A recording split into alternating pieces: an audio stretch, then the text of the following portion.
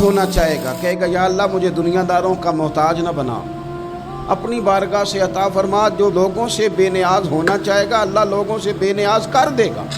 और फरमाया जो सब्र का इरादा करेगा अल्लाह उसे सब्र की तौफीक भी अता फरमा देगा।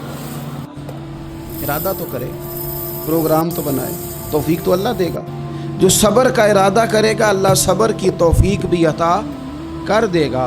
और हुजूर सल्लल्लाहु अलैहि वसल्लम फरमाने लगे, याद रखो किसी बंदे को जो बेहतरीन तोहफ़ा दिया गया है ना, अगर किसी को कोई बेहतरीन अतिया मिला है तो फिर अल्लाह ताला ने उसे सब्र अता फरमाया है। ये बेहतरीन तोहफ़ा है, इससे ज़िंदगी सब्र जाती है, इससे इंसान बावकार और मुतमईन हो जाता है, इससे उसके शब रोज़ आसानी से बीतते हैं।